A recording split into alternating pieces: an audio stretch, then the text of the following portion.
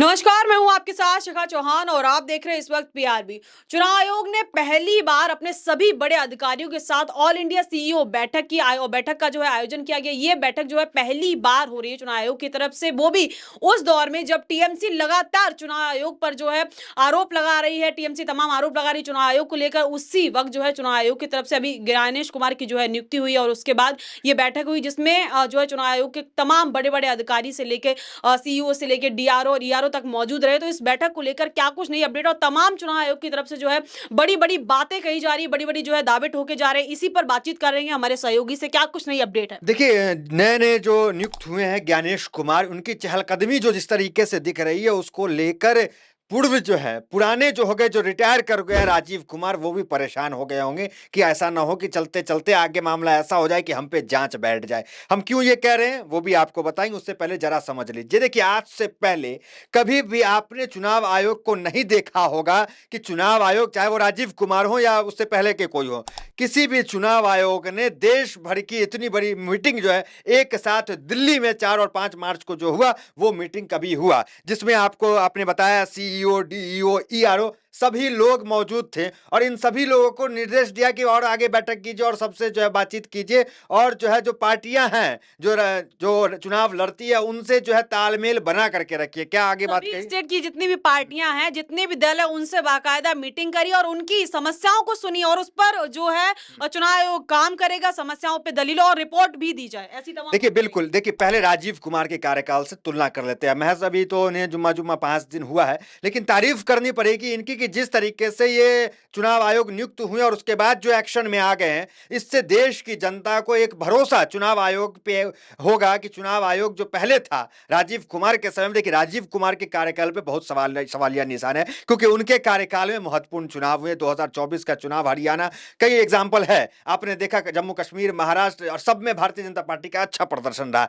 तो सवाल राजीव कुमार की नियुक्ति पे भी है कि उस वक्त जो है न तो लीडर ऑपोजिशन थे, न तो उस वक्त सीजीआई थे और राजीव कुमार की नियुक्ति प्रधानमंत्री मोदी ने अकेले कर लेते हैं और उसके बाद राजीव कुमार जो है मौन रहते हैं हर उस मुद्दे पे जिस मुद्दे पे विपक्ष जो है आरोप लगाया, चाहे वो बैटरी का मामला हो, परसेंटेज का मामला हो, हर मुद्दे पे राजीव कुमार एक ही बात कहते रहे हैं। वो बात ये राजीव कुमार कहते रहे कि सब कुछ ठीक है, कहीं कोई दिक्कत नहीं है, सब ठीक, सब बढ़िया। लेकिन ज्ञानेश कुमार, देखिए इनकी नियुक्ति पे भी सवाल है क्योंकि इसमें लीडर ऑपोजिशन और राहुल गांधी और ये आपको प्रधानमंत्री मोदी थे, सीजीआई नहीं थी, इन पे भी सवाल है। लेकिन ज्ञानेश कुमार जिस तरीके से एक्सेप्ट कर रहे हैं, क्योंकि आपने अभी बताया। जैसे उनकी नियुक्ति पर इतने सारे सवाल उठाए जा रहे थे, वैसे ही जैसे ही वो नियुक्त होकर आए और उन्हें कुछ ही दिन हुए, लेकिन उनकी तरफ से इतने बड़े-बड़े दावे किए जाने के बड़े-बड़े, एकदम चुनाव आयोग जो है एक्शन मोड में एक्शन आ मोड गया। में आ गया, बिल्कुल। आप देख लीजिए कि जो पहले राजीव कुमार थे, वो जो हर जो मुद्दा उठाता था, विपक्ष कहते थे, नहीं, नहीं, ऐसा कुछ भी नहीं, सब ठीक है। लेकिन ज्ञानेश कुमार ने कहा कि हम समस्या को ठीक करेंगे। कौन-सी समस्या? जो समस्या की बात टीएमसी ने उठाई।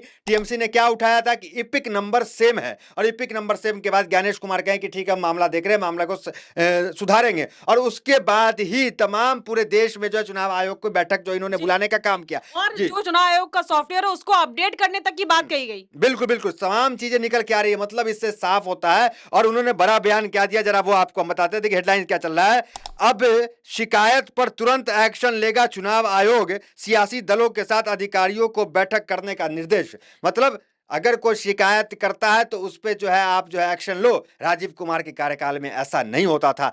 अब देखिए मामला ये भी निकल के आ रहा है, क्या क्या क्या चुनाव आयोग ईवीएम को लेकर, वही, वही, क्योंकि मेरा सवाल भी वही था। जी, जी। जी। ईवीएम को लेकर जो लगातार जो विपक्षी पार्टियां हैं, वो कहती रही हैं कि ईवीएम में गड़बड़ है, ईवीएम में झोल है और सिर्फ विपक्षी पार्टियां नहीं, ईवीएम को लेकर जो टेक्नोक्रेट है, एलन मस्क हैं, उन्होंने कहा, ट्रंप ने कहा, बड़े-बड़े पार्टी और नेताओं ने देश-विदेश के कहा कि जो बैलेट ये पेपर से ईवीएम चुनाव है, होना चाहिए। जी। जी, ईवीएम से चुनाव जो है निष्पक्ष जो है पारदर्शिता नहीं हो सकती है। तो ऐसे में ईवीएम को लेकर राजीव कुमार तो उनको कुछ होता नहीं था, वो सुनते ही नहीं थे। तो अब ऐसा कयास लगाया जा रहा था कि क्या जब जो ज्ञानेश कुमार खुद कह रहे हैं कि सुना जाएगा उनकी बात को और उन पे अमल भी किया जाएगा, तो क्या ईवीएम पे ज्ञानेश कुमार कुछ बड़ा फैसला ले सकते हैं? ये भी सवाल निकल के आ रहा है और जो भी पुराना मामला जो राजीव कुमार का मामला है, राजीव कुमार का मामला क्या है कि ये फर्जी वोटरों का जोड़ना और तोड़ना, ये तमाम चीजें जो आरोप लग रहे हैं, ये राजीव कुमार के कार्यकाल का है। क्यों ऐसा इस तरह की मीटिंग होते होते ऐसा दिन नौबत ना आ जाए कि राजीव कुमार के मामले पे ही जांच बैठ जाए? ये भी बहुत पॉसिबल है, क्योंकि बार बार मीटिंग हो रहा है, क्योंकि सुप्रीम कोर्ट के एडवोकेट महमूद पराचा ने दावा किया है कि राजीव कुमार का कार्यकाल जो रहा वो पूरी तरीके से निष्पक्ष नहीं रहा, एक तरफ झुकाव रहा है और उनके खिलाफ जांच की मांग वो लगातार कर रहे हैं। वो सुप्रीम कोर्ट जाने की बात कर रहे हैं, FIR करने की बात वो कर रहे कार्रवाई हैं। की जी भी बात की जी थी उन्होंने। जी जी, सब तमाम बातें वो कह रहे हैं। तो ये बड़ा अब यहाँ पे अच्छा संकेत है चुनाव आयोग का कि चुनाव आयोग वो पार्टियों की बात सुन रहा है, चुनाव आयोग बैठकें कर रहा है और गलतियों को भी मान रहा है, जो तो पहले नहीं देखने को मिला था। जी मेरा सवाल ये है कि इतने जो अचानक से चुनाव आयोग की तरफ से इतने सारे दावे होते हैं, एक मीटिंग बुलाई जाती है, बड़े-बड़े अधिकारियों सबको जो उस मीटिंग में बुलाया जाता है और तमाम जो है निर्देश देने का काम होता है। लेकिन जो पिछले कार्यकाल की बात की जाए तो सबसे ज़्यादा चुनाव देखिए हम पहले भी रहे हैं 2014 से पहले भी, बाद में कभी भी हमने चुनाव आयोग पर जो है सवाल उठते नहीं देखे थे। हमेशा निष्पक्षता की जो बात की जाए तो चुनाव आयोग का नाम लिया था। लेकिन अभी हाल ही के दौर में जो सुप्रीम कोर्ट है उसको अगर हम उसकी बात करें तो उसको भी देखा जाए तो चुनाव आयोग को लेकर एक सख्त रुख अपना रहा है। देखिए, बिल्कुल लगातार जो सुप्रीम कोर्ट है वो भी चुनाव आयोग को दिशा निर्देश दे रहा है, वो भी जो है लगातार नोटिस भेज रहा है। अभी देखिए चुनाव आयोग को उन्होंने, सुप्रीम कोर्ट ने ये नोटिस भेजा था कि आपके जो संसद के अंदर जो चुनाव लड़ करके लोग पहुंचते हैं वो दागी होते हैं, और दागी लोग कैसे चुनाव लड़ लेते हैं। जो आपराधिक मामले में लिप्त है, जिनके पे FIR है, जिन पे मामला चल रहा है, उनको जो है वो संसद में कैसे आ गए, वो मंत्री कैसे बन गए, ये तल्ख टिप्पणियां सुप्रीम कोर्ट ने चुनाव आयोग से किया। चुनाव आयोग को नोटिस भेजा कि ये लोग दागी तमाम सांसद, क्योंकि देखिए ADR की रिपोर्ट कहती है कि 200 से ज्यादा 18वीं लोकसभा में जो सांसद बैठे हुए हैं वो दागी हैं, उनके ऊपर आरोप है, और 174 सांसद ऐसे हैं जिनके ऊपर गंभीर मामलों में आपराधिक दर्ज है, जिसके अंदर महिलाओं के साथ रेप का मामला और तमाम बड़े बड़े मामला, हत्या का मामला, भ्रष्टाचार का मामला है, जमीन हड़पने का मामला है, तमाम मामले हैं, तमाम जो मामले हैं वो सिद्ध भी हुए हैं। तो अभी सुप्रीम कोर्ट ने कहा है कि जिस बेसिक पे आपने जो एक कारण दिया जाता है, क्योंकि देखिए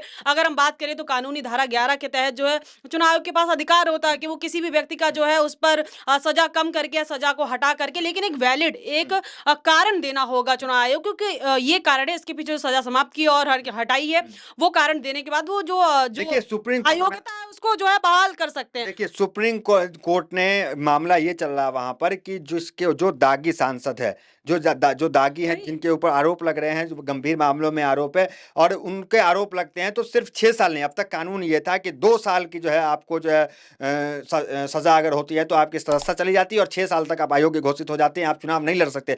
लेकिन सुप्रीम कोर्ट में याचिका ये चल रही है, मामले की सुनवाई ये चल रही है कि आजीवन उन पर प्रतिबंध लगाया जाए, दोबारा वो चुनाव नहीं लड़ सके।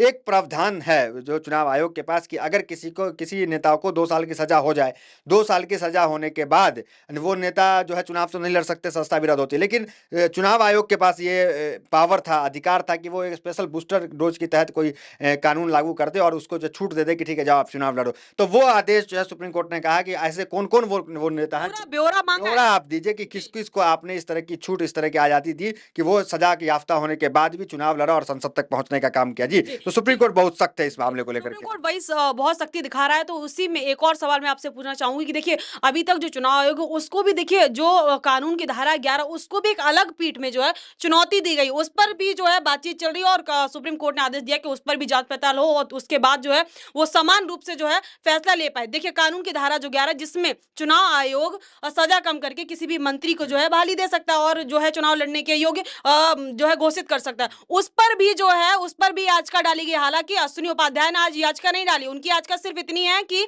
आजीवन प्रतिबंध लगा दिया जाए, लेकिन दूसरी तरफ इस पर जो ये कानून की धारा इसको भी चुनौती दी गई। तो क्या कारण है जो चुनाव आयोग के लिए भी जो इतनी चुनौतियां दी जा रही है, इतनी जो है उस पर भी जो है लोग याचिका दाखिल कर रहे हैं, RTI पर भी जो है सवाल उठाए जा रहे हैं। चुनाव आयोग पे सवाल उठाना नया नहीं है, देश की सबसे पुरानी पार्टी है कांग्रेस, जिसने देश को आजादी में अहम भूमिका भी निभाई।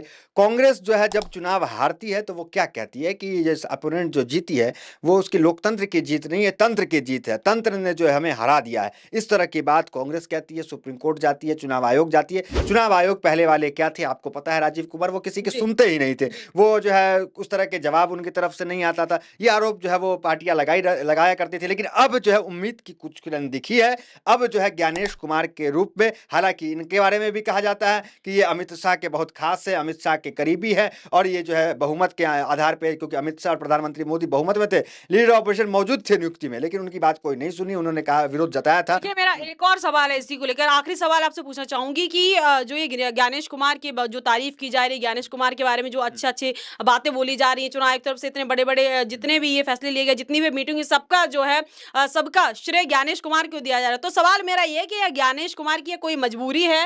क्योंकि देखिए चुनाव आयोग पे इतना सवाल उठाया जा रहा है, उसके बावजूद जहां टीएमसी जो है आंखें दिखा रही चुनाव आयोग को, साफ-साफ आरोप लगा रही है कि दूसरे राज्यों से जो है वोटर्स आएंगे और यहाँ पर जो है वोट देंगे और जो है टीएमसी का खात्मा करने की तैयारी, तमाम जो है आरोप ममता बनर्जी की तरफ से लगाए गए। तो ज्ञानेश कुमार की ये मजबूरी है कि जो राजीव कुमार ने के कार्यकाल में जो कुछ हुआ, चुनाव आयोग की छवि में जो कुछ भी बात आई, उसको संभालने को लेकर, तो ज्ञानेश कुमार की ये मजबूरी है, वाकई में जो है वो जो उनकी तरफ से जो कदम उठाए जा रहे हैं। देखिए अंतरात्मा कब किसकी जाग जाए कहा नहीं जा सकता, और देश में जो हालात आपको 2014 के से लेकर के 2023-24 तक थे, वो हालात अब देश में नहीं है। पहले देश में प्रधानमंत्री जो थे वो पूर्ण बहुमत की सरकार में थे, वो बैसाखी पे नहीं थे, पूर्ण बहुमत उनके पास था, सदन में लीडर और ऑपोजिशन नहीं था। तो समझिए एक तरह से राजशाही का जो रूप था वो प्रधानमंत्री मोदी के रूप में चल रहा था, क्योंकि न लीडर ऑपोजिशन है, न कोई उस तरह का विरोधाभास है, न तो कोई सरकारी संस्था में कोई किसी, पहले लीडर ऑपोजिशन नहीं थे, नियुक्ति जब होती थी महत्वपूर्ण आयोग की उसमें लीडर ऑपोजिशन नहीं होते थे, अब जो है लीडर ऑपोजिशन भी है। तो शायद इसका मुझे लग रहा है कि कहीं ना कहीं, क्योंकि ज्ञानेश कुमार की नियुक्ति हुई उसमें राहुल गांधी भी मौजूद थे, राहुल गांधी जो है वो हालांकि इसका विरोध जरूर किए, लेकिन मुहर तो इन्होंने भी लगाया कि हाँ भाई ज्ञानेश कुमार को राहुल गांधी ने विरोध नहीं किया, राहुल गांधी ने कहा कि कल फैसला आ जाएगा और चीफ जस्टिस ऑफ इंडिया का जब उसमें उसको लेकर जो है फैसला आ जाएगा, उसके बाद जो है आप नियुक्ति कर दीजिए। तो हालात अब बदले हैं, पहले प्रधानमंत्री मोदी अकेले जाकर के राहुल गांधी ने विरोध नहीं किया था इस चीज का। ठीक है, ये जो है उन्होंने ये विरोध किया था कि फैसला इंतजार कर दीजिए, जल्दबाजी किस बात की है जी। दूसरे नंबर देखिए आप, राजीव कुमार की जब नियुक्ति होती है उसे प्रधानमंत्री स्वयं जब एक कैबिनेट के साथ जाते हैं और कैबिनेट मंत्री के साथ और जाके बहाली करके चले आते हैं। इस बार हालात बदली है, राहुल गांधी भी उस मीटिंग में थे, राहुल गांधी ने भी इनको नियुक्त किया है, तो हो सकता है कि अंतरात्मा जागी और इस तरह की चीजें हो रही है जी। चलिए, तो बहुत बहुत धन्यवाद, ये तो हमारे साथ बातचीत करने के लिए हमारे सहयोगी थे। लेकिन इस खबर में बस इतना ही। आपकी क्या राय इस पूरे मुद्दे पर हमें कमेंट सेक्शन में बताना ना भूले। तब तक के लिए मुझे दी इजाजत। देखते रहिए PRB। बहुत बहुत धन्यवाद।